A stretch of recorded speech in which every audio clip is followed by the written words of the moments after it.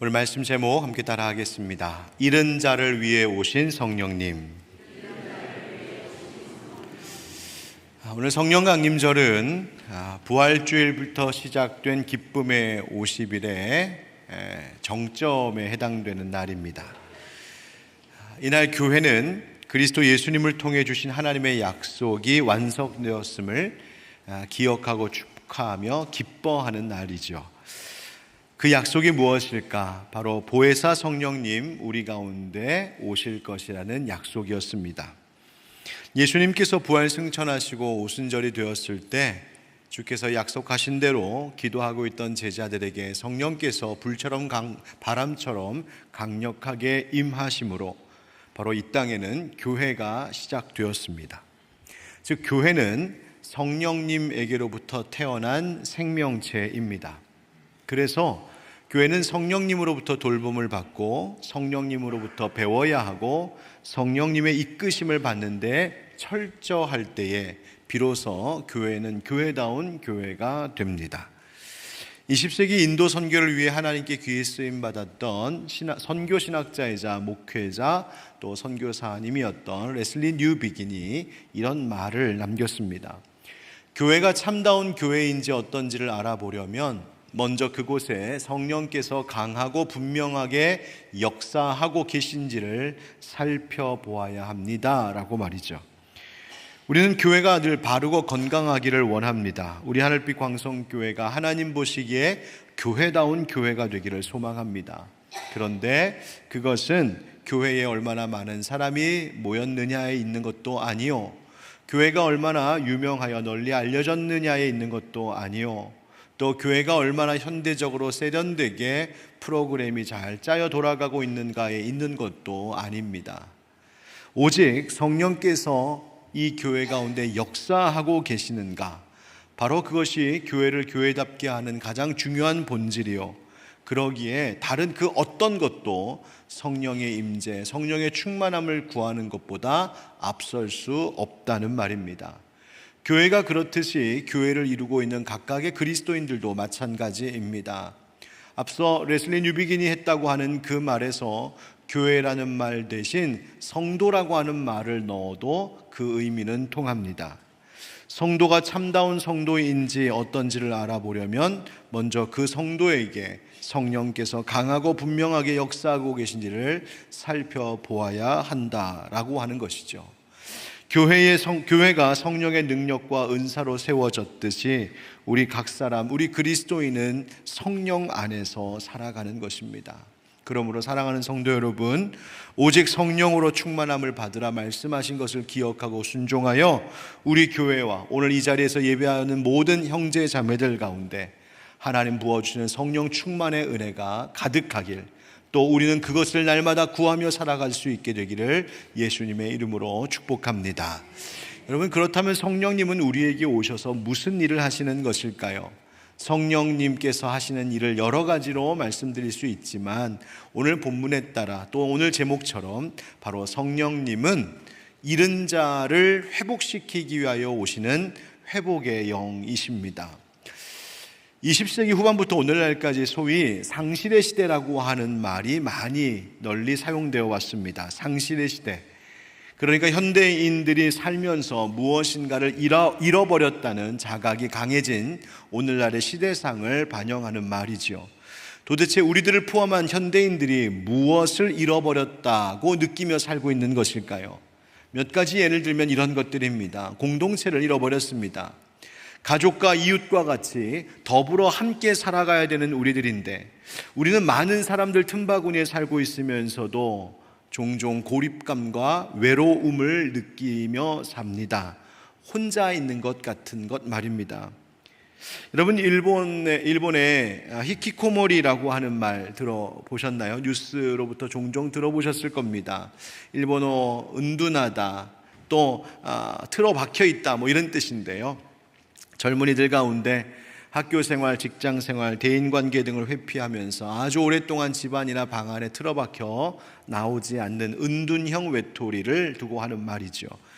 2023년 기준 일본 정부는 발표하기를 일본의 이 히키코모리가 약 146만 명 정도 있는 것으로 추정된다 발표하기도 했습니다.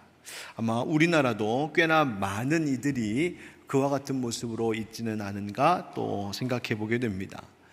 이것은 한 개인의 사적인 문제가 아니라 함께 공동체로서 살아가는 그런 더불어 살아가는 삶을 잃어버린 심각한 사회 문제가 되었습니다.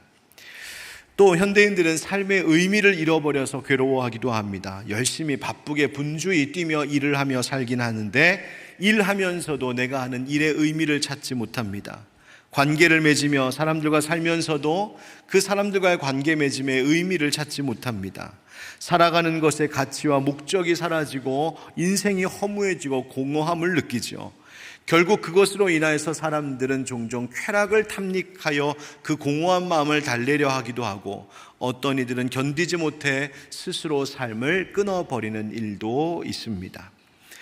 또 이 세상에 많은 사람들이 안전함과 희망을 잃어버리고 살기도 합니다.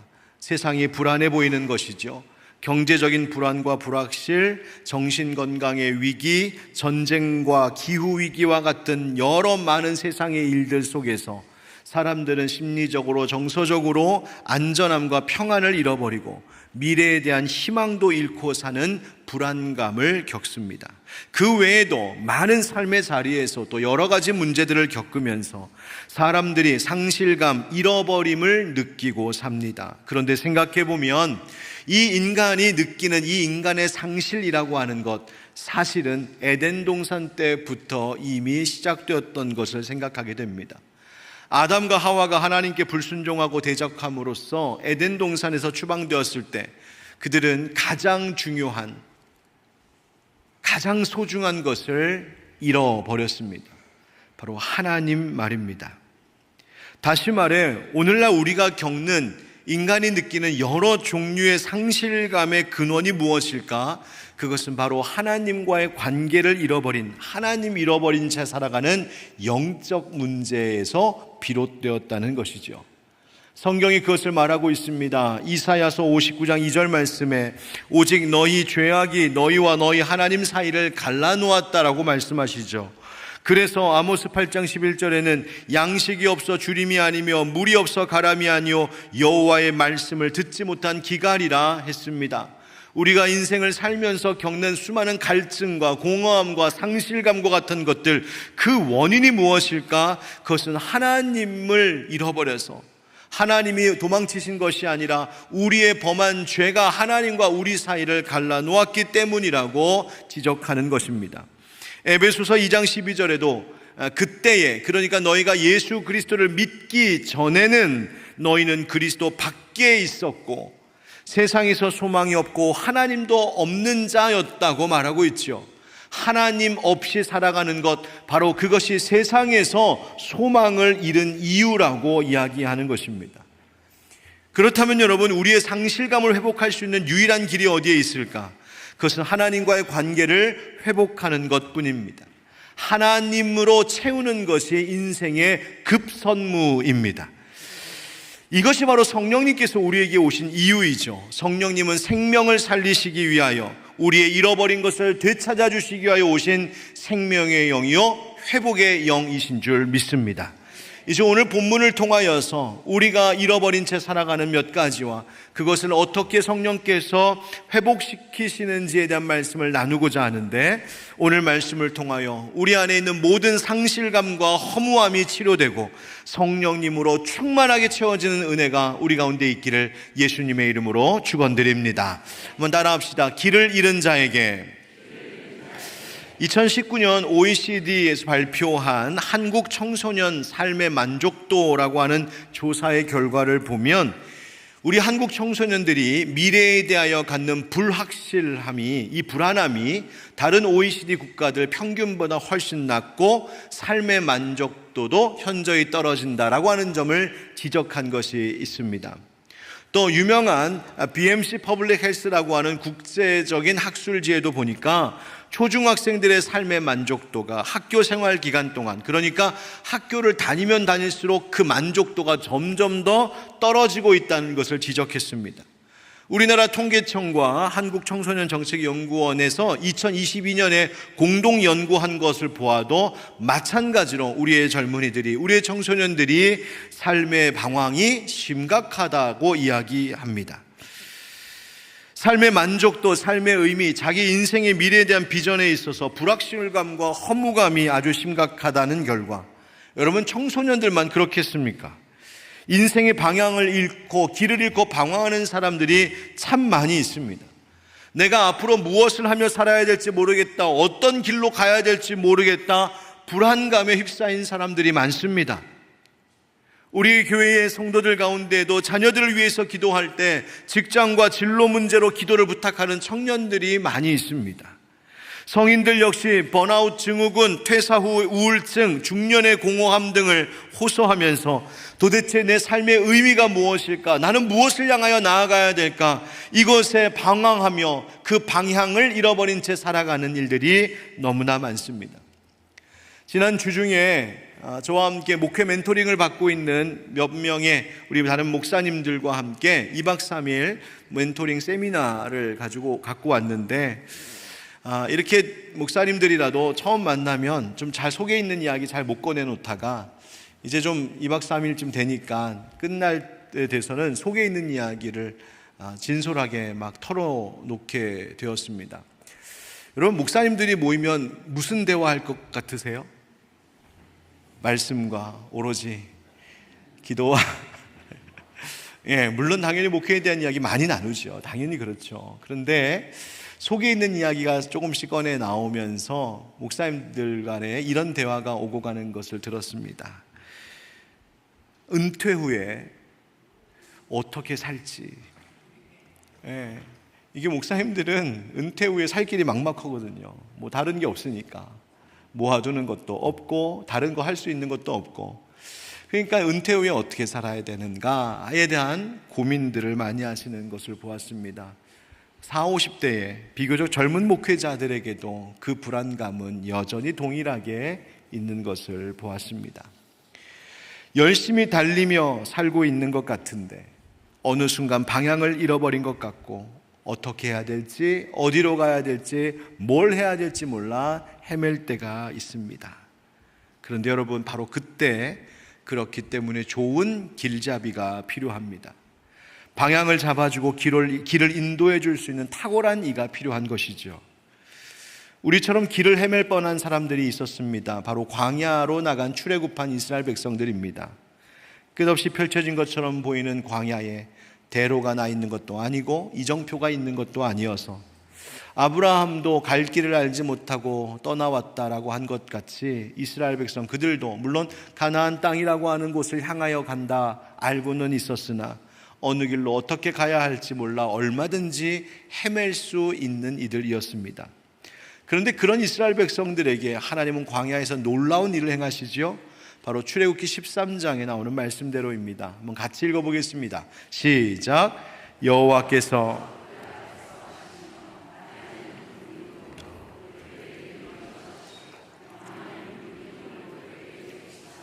낮이나 밤이나 진행하게 하시니 낮에는 구름 기둥 밤에는 불 기둥이 백성 앞에서 떠나지 아니하니라. 아멘.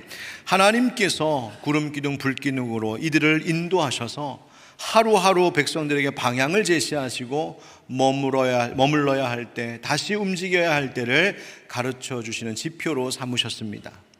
여러분, 그런데 아십니까? 하나님께서는 오늘도 우리에게 구름 기둥, 불 기둥을 허락하고 계십니다. 어떻게 말입니까? 바로 성령님이십니다. 혼란한 세상에서 방향을 잃은 우리를 생명길로 인도하시는 하나님이 우리에게 허락하신 기둥, 바로 그분이 성령님이십니다.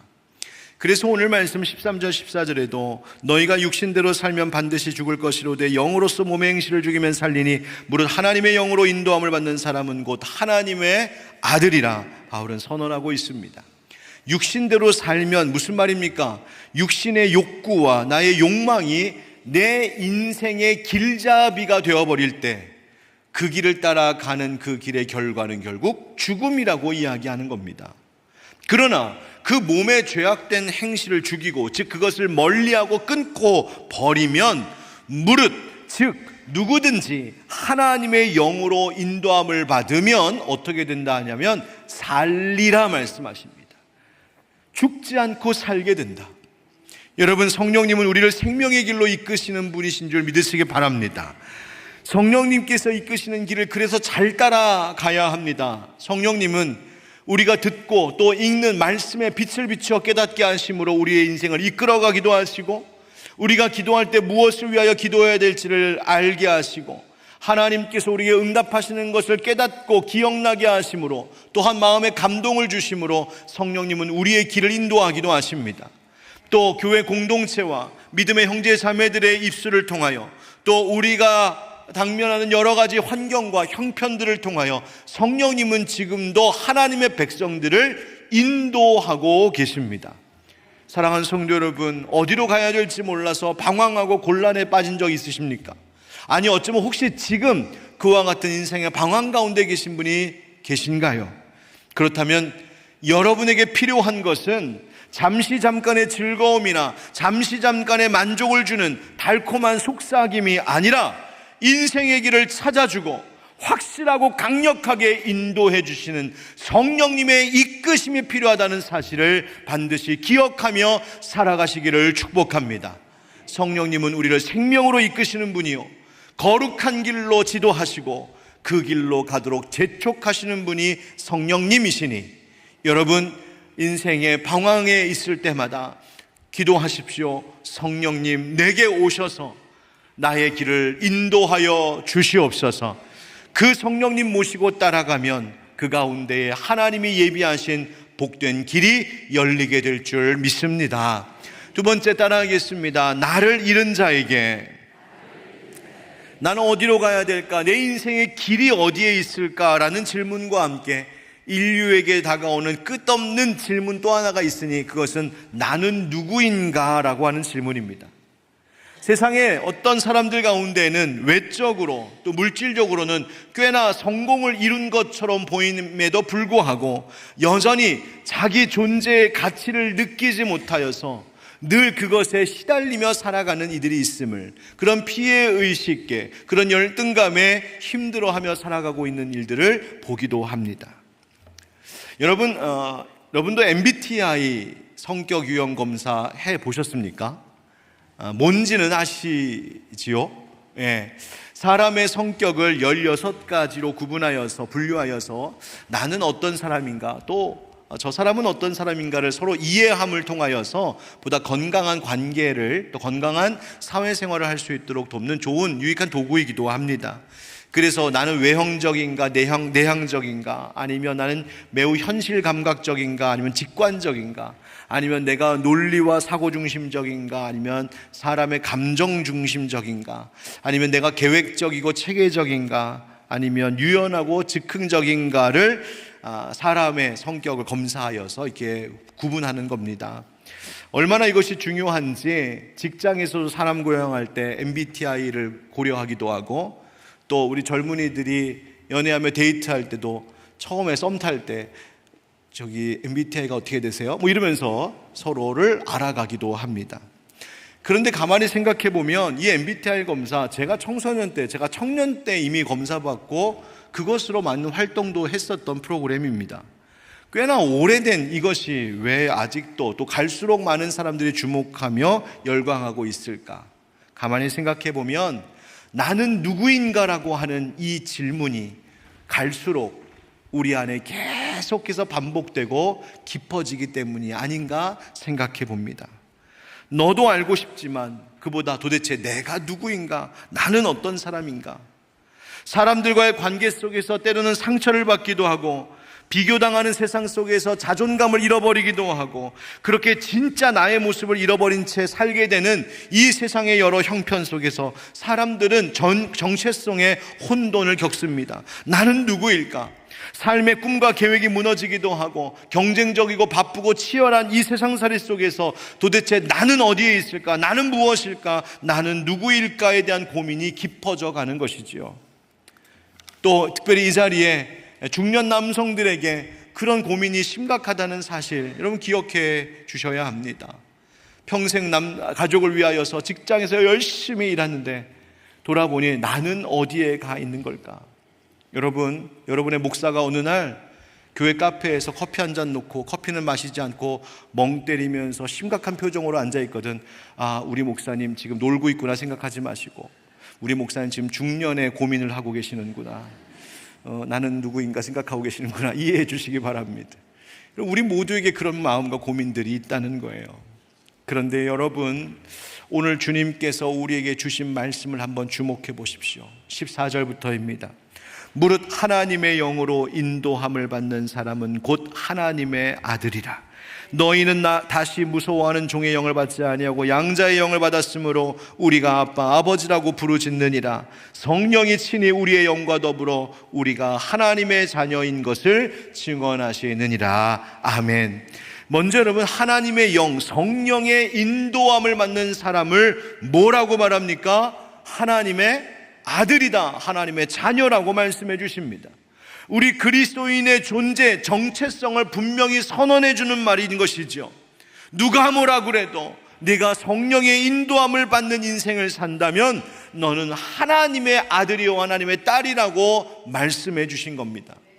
여러분, 무서워하는 종의 영이라고 하는 말이 뭐냐면, 또다시 우리를 두려움에 빠뜨리는 노예의 영을 받지 아니했다. 즉, 성령님은 우리를 공포와 두려움에 빠뜨리는 분이 아니라 오히려 그것으로부터 우리를 건져 평안함과 만족과 안전함이 있는 하나님의 품에 안긴 하나님의 자녀로 만들어주시는 분이 성령님이시라는 겁니다.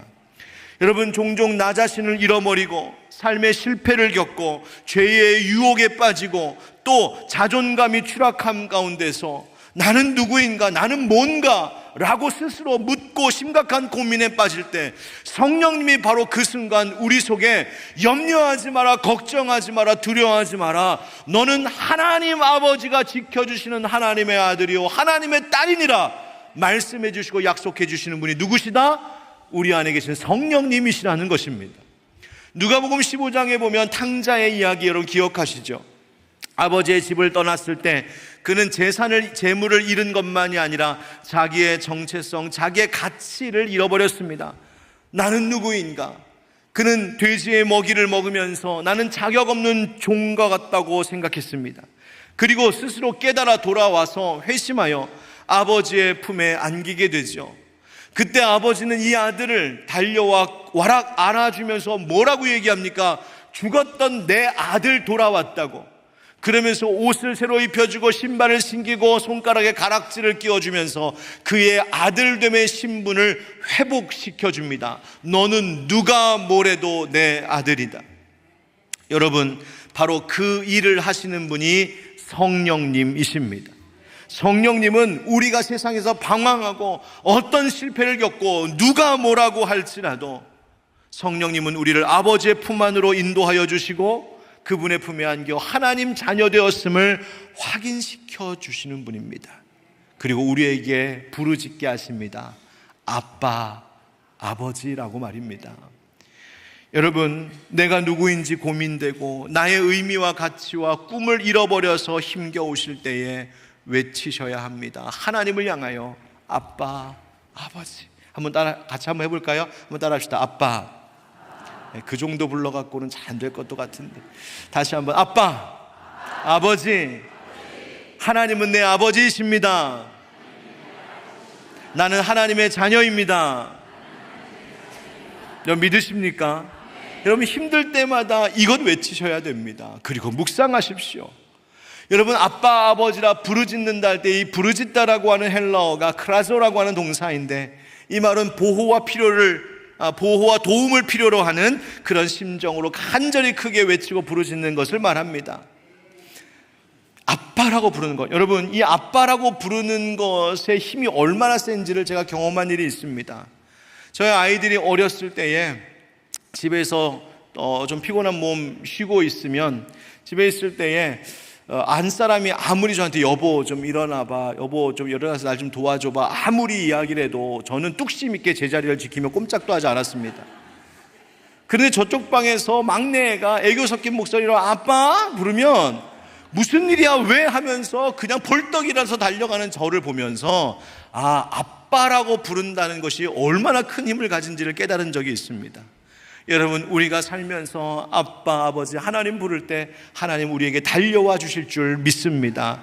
그 하나님 우리를 위해서 뭘 하실까? 우리를 보호하시고 돌보시죠. 우리에게 좋은 것 주시죠.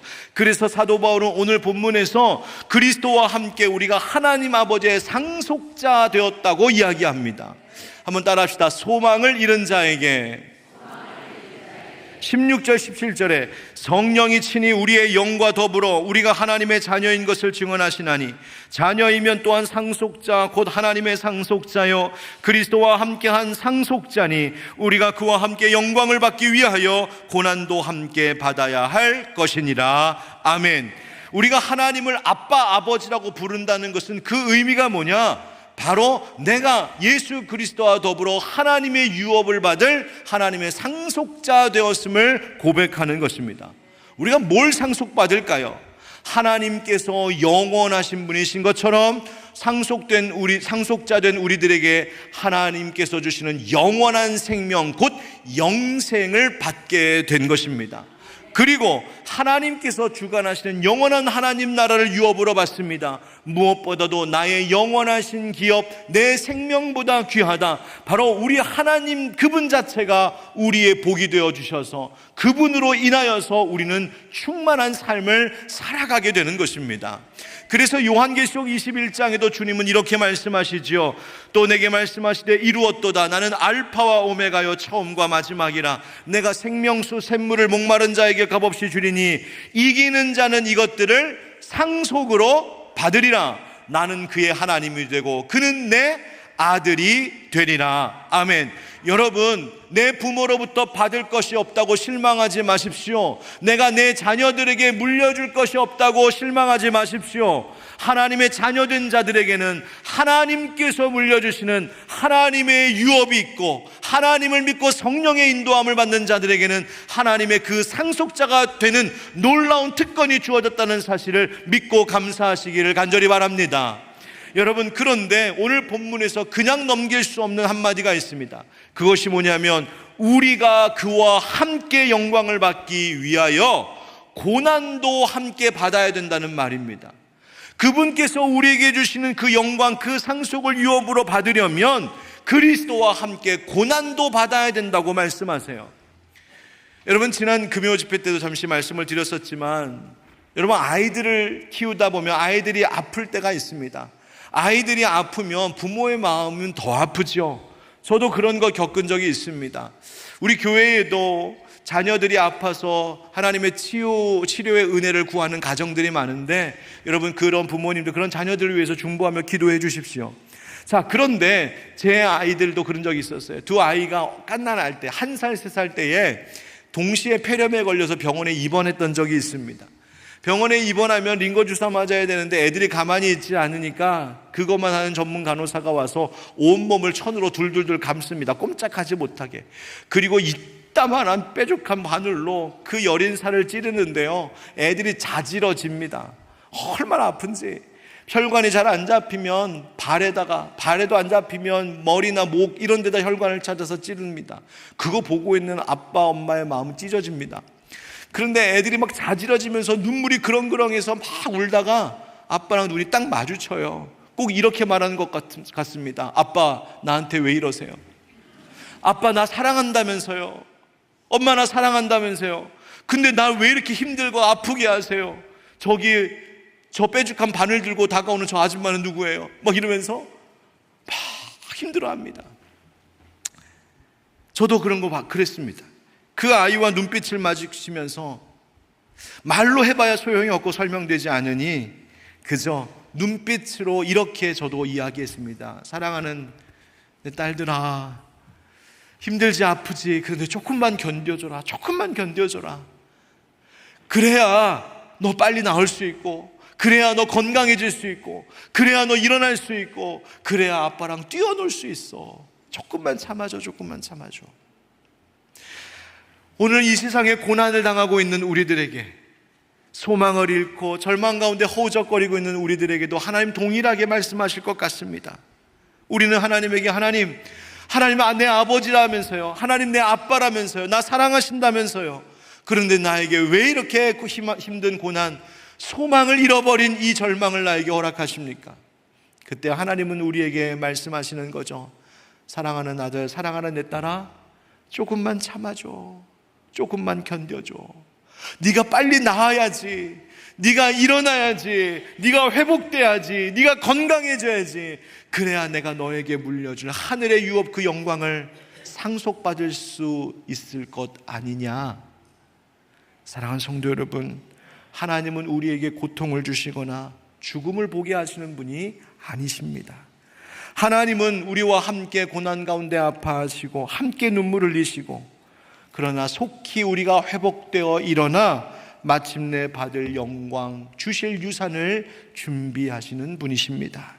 마태복음 7장 11절에 너희가 악한 자라도 좋은 것으로 자식에게 줄 줄 알거든 하물며 하늘에 계신 너희 아버지께서 구하는 자에게 좋은 것으로 주시지 않겠느냐. 성령 주시지 않겠느냐 예수님 말씀하시죠. 여러분, 고난 중에도 성령님이 함께 하심으로 하나님의 영광을 얻게 된 한 인물이 있습니다. 사도행전 7장에 나오는 스데반 집사님인데요, 스데반이 복음을 전하고 그 믿음을 지키려고 하다가 동족들로부터 돌에 맞아 처형을 당하죠. 순교당합니다. 그 끔찍한, 그 고통스러운 순간을 성경은 이렇게 묘사합니다. 스데반이 성령 충만하여 하늘을 우러러 주목하여 하나님의 영광과 및 예수께서 하나님 우편에 서신 것을 보고, 그는 죽기 직전 하늘이 열리고 하나님의 영광과 예수님께서 그 하나님 우편에 서 계신 것을 목격합니다. 그런데 하나님께서는 저 높은 하늘에서 내려다보시면서 고통당하고 있는, 죽음 앞에 서 있는 스데반을 보고만 계셨던 것이 아니라 성경에 보니까 스데반이 성령 충만하여, 하나님의 영이, 성령께서 이 스데반 가운데 충만하게 함께 하심으로 그 소망이 하나도 보이지 않는 그 죽음의 공포 넘어 하늘의 영광을 보게 하시고 하나님이 주실 하늘의 유업을 바라보게 하셨습니다. 사랑하는 성도 여러분, 성령 강림절은 그저 형식적인 교회의 절기가 아니라 세상에서 상실감 가운데, 공허함 가운데 살아가고 있는 우리들에게 찾아오셔서 회복시켜 주시는 성령님이 우리에게 오신 날입니다. 길을 잃은 자에게 길을 찾아주시고, 내가 누구인지를 알지 못하는 자에게 네가 하나님의 자녀라고 말씀하여 주시고, 소망을 잃은 자에게 이 절망의 시간을 넘어 하나님 주실 영원한 영광을 얻기까지 고난마저도 견딜 수 있게 하시는 분, 여러분, 그분이 우리의 성령님이신 줄 믿습니다. 그 성령님이 지금 우리 가운데 이곳에 함께 하시며 여러분의 심령 가운데도 함께 하실 줄 믿습니다. 성령 충만함으로 하늘의 유업을 받아 누리는 저와 여러분 되길 예수님의 이름으로 축복합니다.